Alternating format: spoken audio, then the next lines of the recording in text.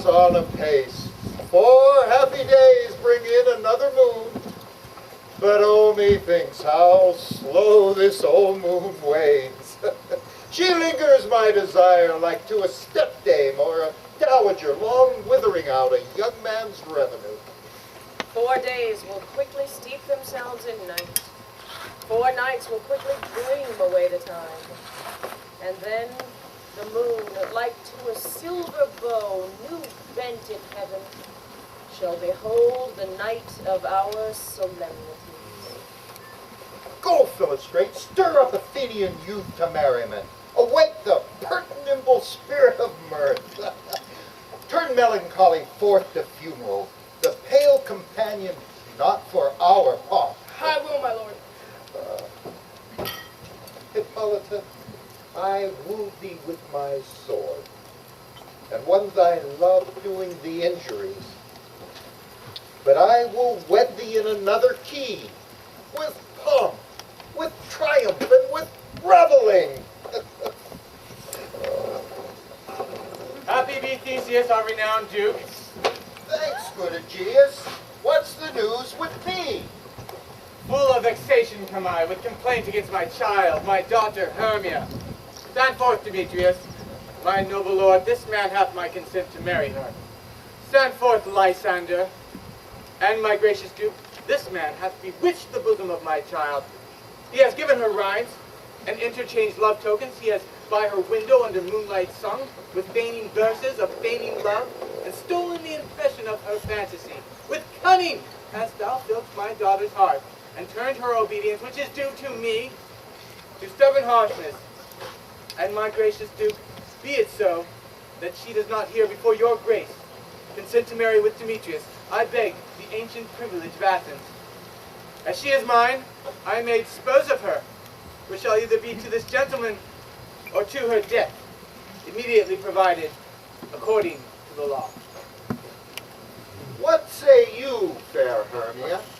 Be advised, fair maid, that to you your father should be as a god, one that composed your beauties, and yea, one to whom you are but a form in wax by him imprinted, and within his power to leave the figure or disfigure it. Demetrius is a worthy gentleman. So is Lysander.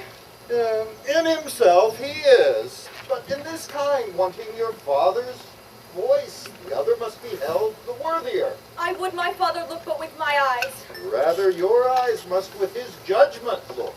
I do entreat your grace to pardon me. I know not by what power I am made bold, nor how it may concern my modesty. In such a presence here to plead my thoughts, but I beseech your grace, that I may know the worst that may befall me in this case if I refuse to wed Demetrius. Either to die the death, or to abjure forever the society of men. Therefore, fair Hermia, question your desires, know of your youth, examine well your blood, whether if you yield not to your father's choice, you can endure the livery of a nun. Aye, and shady cloister viewed to live a barren sister all your life, chanting faint hymns to a cold, fruitless moon. Thrice blessed they that master so their blood to undergo such maiden pilgrimage, but earthlier happy is the rose distilled than that which withering on the virgin thorn grows, lives, and dies in single blessedness. So will I grow, so live, so die, my lord, ere I will yield my virgin patenship unto his lordship, whose unwishing yoke my soul consents not to give sovereignty.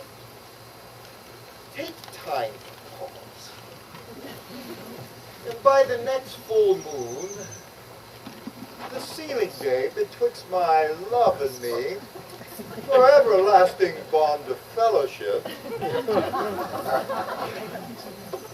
upon that day, either prepare to die for disobedience to your father's will, or else to wed Demetrius as he would. For on Diana's altar to protest for I austerity and single life. Relent, sweet Hermia, and Lysander, Yield thy crazed title to my certain right. You have her father's love, Demetrius. Let me have Hermia's. Do you marry him? Scornful Lysander! True he hath my love, and what is mine, my love shall render him. And she is mine! And all of my right I do bestow unto Demetrius. My lord, I am as well derived as he, as well possessed. My love is more than his, and which is more than all these boasts can be, I am beloved of beauteous Hermia. Demetrius, I'll vouch it to his head, made love to Neater's daughter Helena, and won her soul. And she, sweet lady, dotes, devoutly dotes in idolatry upon this spotted and inconstant man. I must confess I have heard so much, and thought to have spoken thereof with Demetrius. But being overfull of self-affairs, my mind did lose it. But Demetrius, come and Jesus. You shall go with me. I have some private schooling for you both. For you, fair Hermia, look you arm yourself to fit your fancies to your father's will, or else the law of Athens yields you up, by which no means we may extenuate the death or vow of single life. Come, Hippolyta, what cheer, my love? Demetrius and Aegeus, I must employ you in some business against our nuptial, and confer with you on something nearly that concerns yourselves. With duty and desire, we follow.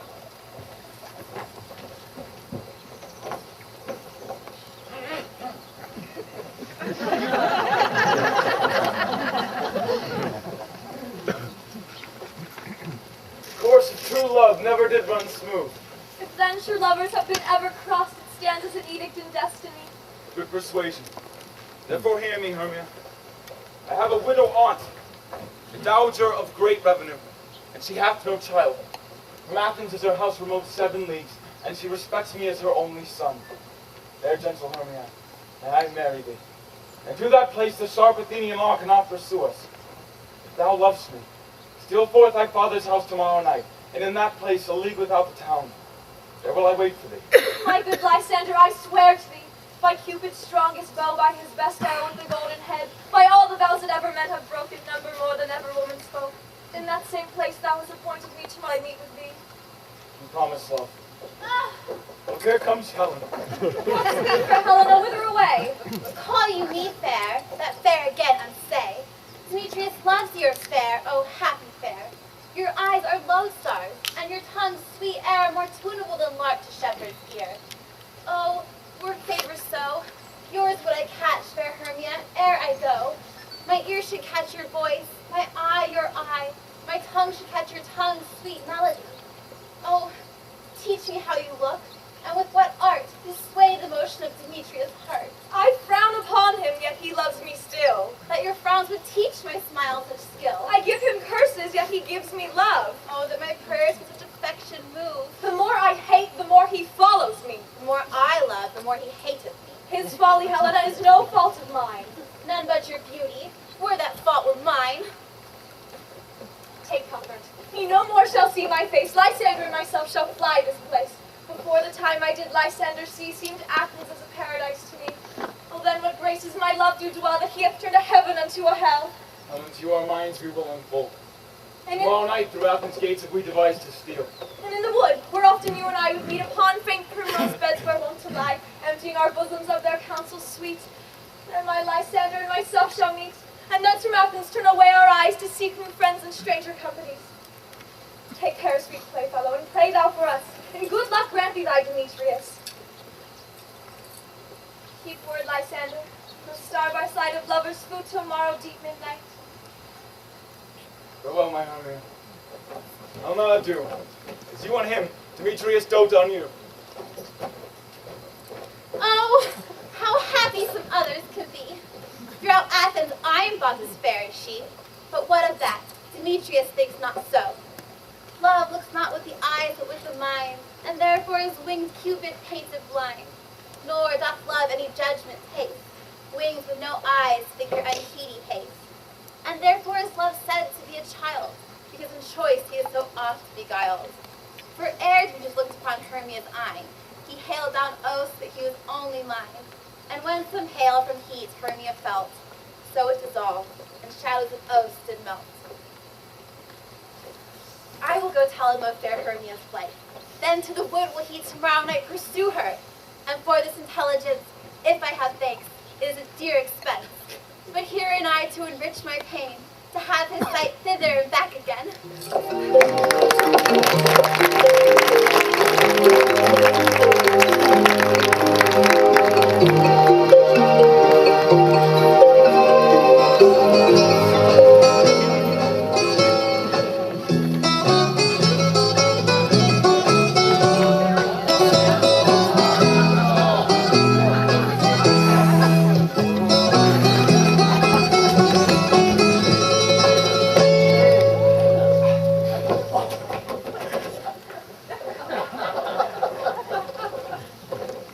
Is all our company here?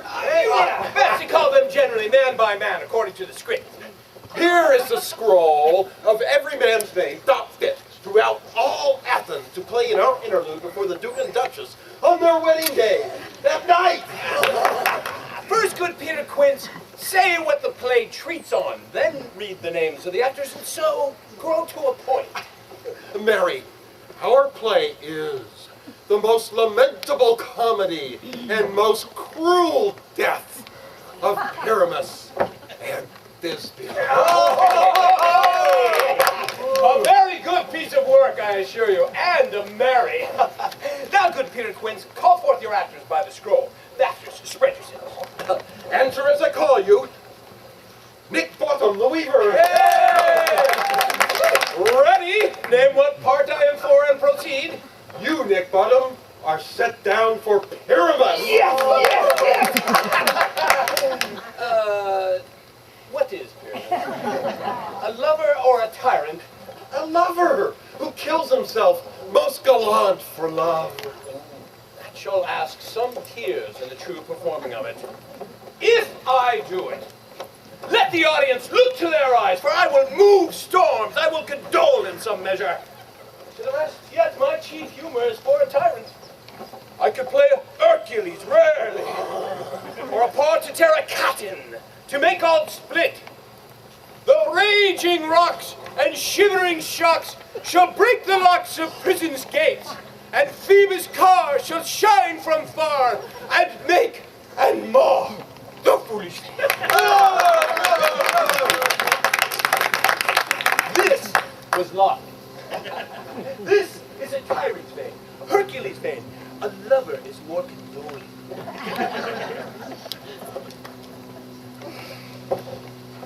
Francis Flutes, the bellows maker. Hey! Flute, you must take Thisbe on you. Oh, what is this? Born to ignite? It is the lady that Pyramus must love. Don't play a woman. I've a bee coming. You can see right. Different. You may play it in a mask, and you may speak it as small as you will. And I may hide my face. Let me play Thisbe too. I'm speaking a monstrous little voice. Oh, Thisbe, Pyramus, my lover dear. Thisbe dear, lady dear. You must play Pyramus, and Flute, you Thisbe. Well, proceed. Robin Starveling, the tailor. Robin Starveling, you must play Thisbe's mother. Tom Snout, the tinker. Here, Peter Quince. You, Pyramus's father. Myself, Thisbe's father. Snug the joiner. You, the lion's part. And here, I hope, is a play fitted. Have you the lion's part written? Pray you, if it be given me, for I am slow of study. You may do it extempore. What is nothing but roaring? Let me play the lion too. I will roar that I will make any man's heart good to hear me. I will roar that I will make the Duke say, let him roar again. Let him roar again. And you should do it too terribly. You would fright the Duchess and the ladies that they would shriek. And that were enough to hang us all. That would hang us. Every mother's son. I grant you, friends, that should we fright the ladies out of their wits, they would have no more discretion but to hang us. But I will aggravate my voice so that I will roar you that it were as gentle as any suckling dove. I will roar you as for any nightingale.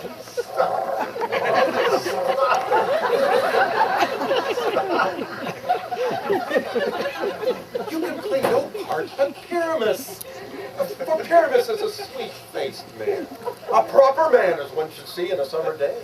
A most lovely, gentleman-like man. And therefore you must needs play Pyramus. Well, I will yeah! What beard were I best to play? Why, what you will. Now, masters, here are your parts, and I am to entreat you, request you, and desire you to con them by tomorrow night, and meet me at Murphy's Pub, a mile without town by moonlight. Yeah! I hear they have great new owners. There will we rehearse. For if we meet in the city, we will be dogged with company and our devices known. In the meantime, I will draw up a bill of property such as our play wants. I pray you, fail me not. Oh, we will meet, and there we will rehearse most obscenely and courageously. Take pain. Oh, be perfect. Adieu.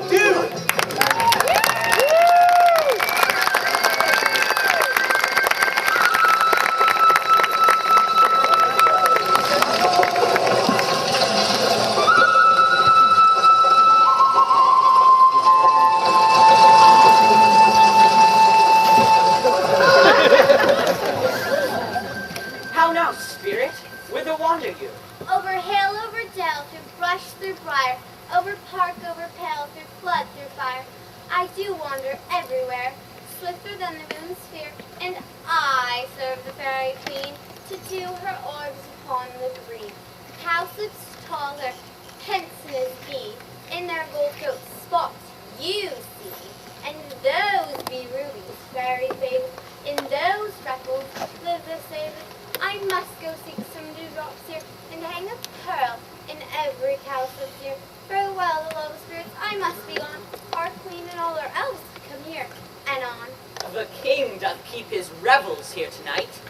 Take heed the queen come not within his sight.